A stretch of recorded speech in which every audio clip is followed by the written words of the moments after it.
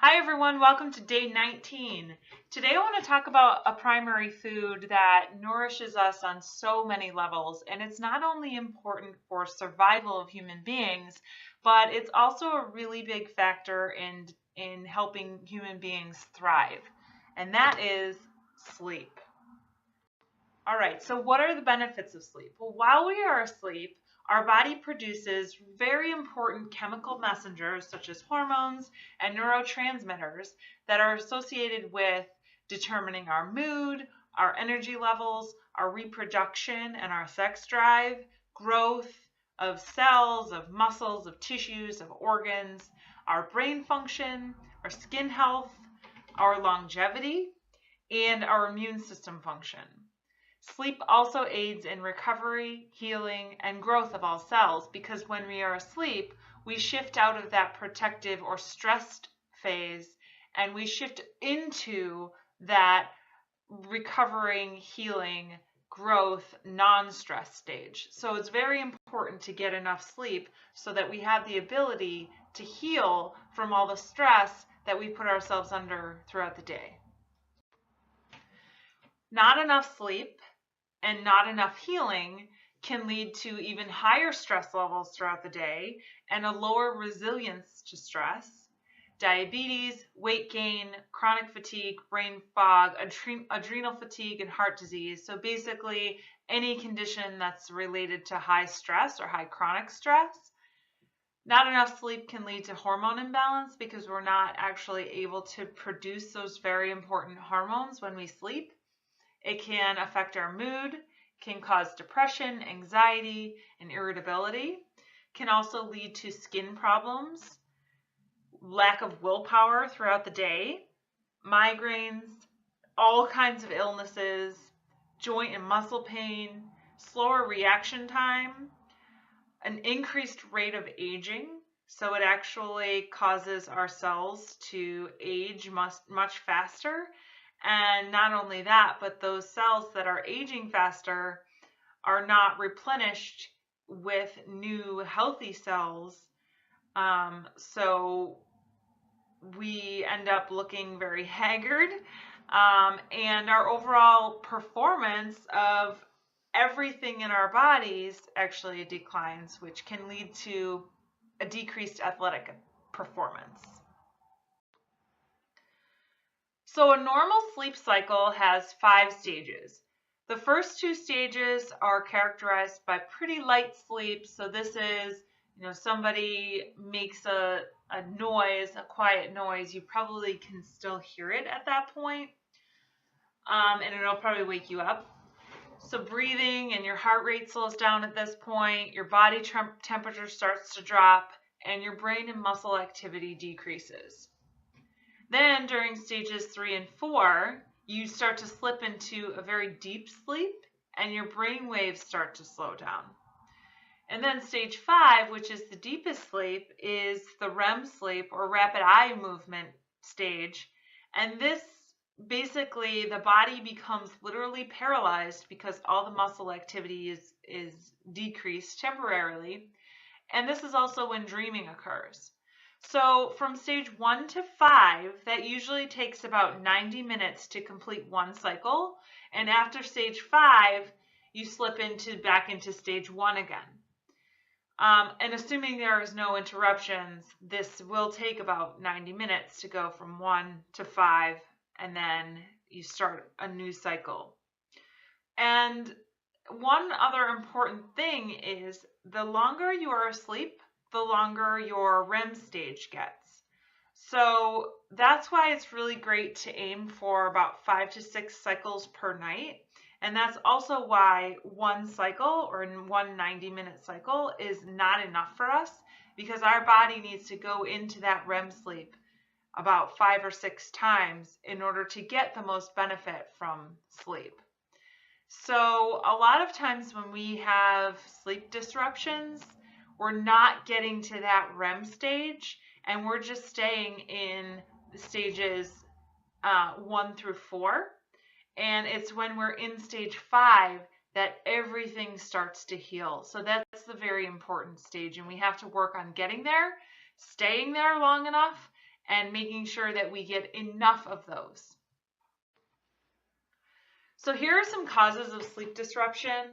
One huge one is hormonal imbalances, stress, which can actually contribute to hormonal imbalances, menopause, which is a hormonal imbalance due to a significant drop in estrogen, medication, alcohol, digestion of your last meal, or a full bladder. So that's why it's important to eliminate food and drink within 2 hours of bedtime. Too much caffeine.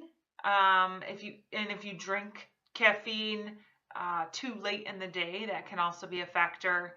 But even if you're drinking caffeine just in the morning hours, that can disrupt your sleep later in the day.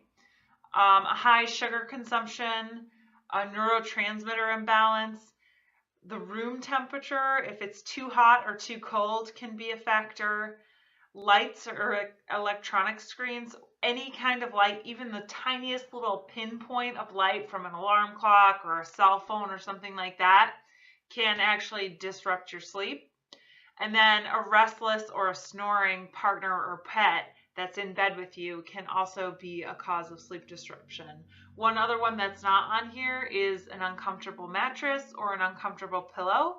So very important to make sure that you have the right pillow and the right mattress, and that you replace those things every 2 to 3 years, I would say, depending on the quality of your mattress and pillow, of course, but just make sure that you're replacing it according to what the manufacturer recommends. All right, so here's a long list of things you can do to improve your sleep.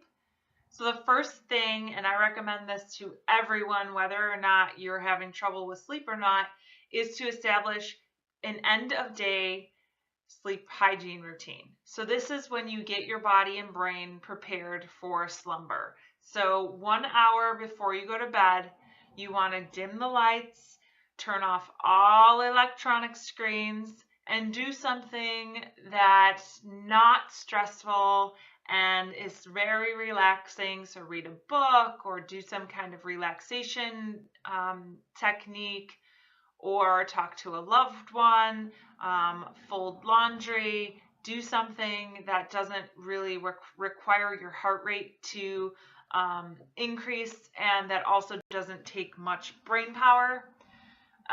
You want to go to bed and wake up at the same time every day to improve your sleep. Avoid drinking or eating within 2 hours of bedtime, which I mentioned. Avoid all electronic screens 1 hour before bedtime. Block out all light in your room. Keep your bedroom as your place of zen. So your bedroom should be the place where you sleep, where you get dressed, and where you have sex, and nothing else.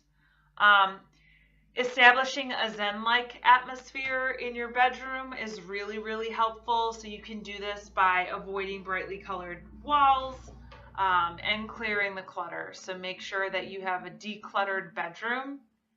Keep your bedroom cool and avoid having too many blankets.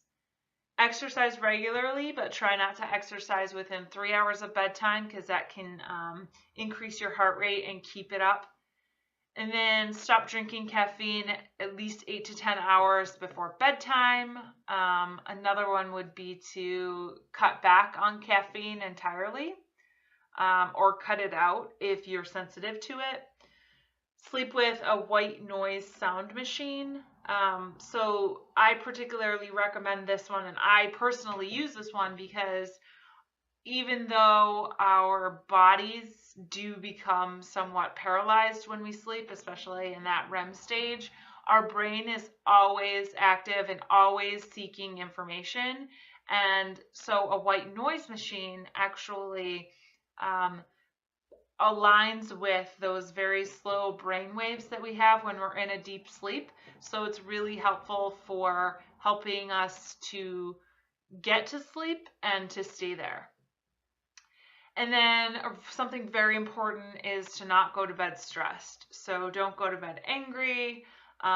Don't go to bed thinking about what you need to do for the next day, and try to figure out what works best for you, so that when you hit the pillow, you're not thinking about anything else except for being relaxed, being calm, and being at peace.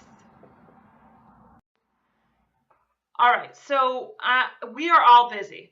I know that. And I know, especially me, I know that it's almost impossible or very, very difficult to get 8 to 10 hours of sleep every single night.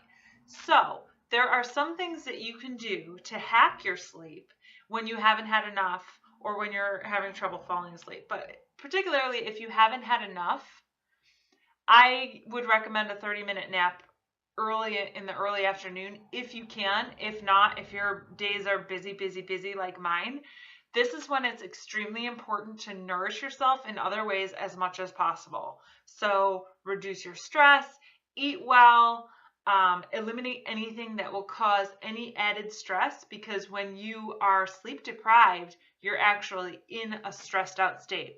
So do whatever you can to remove as much stress.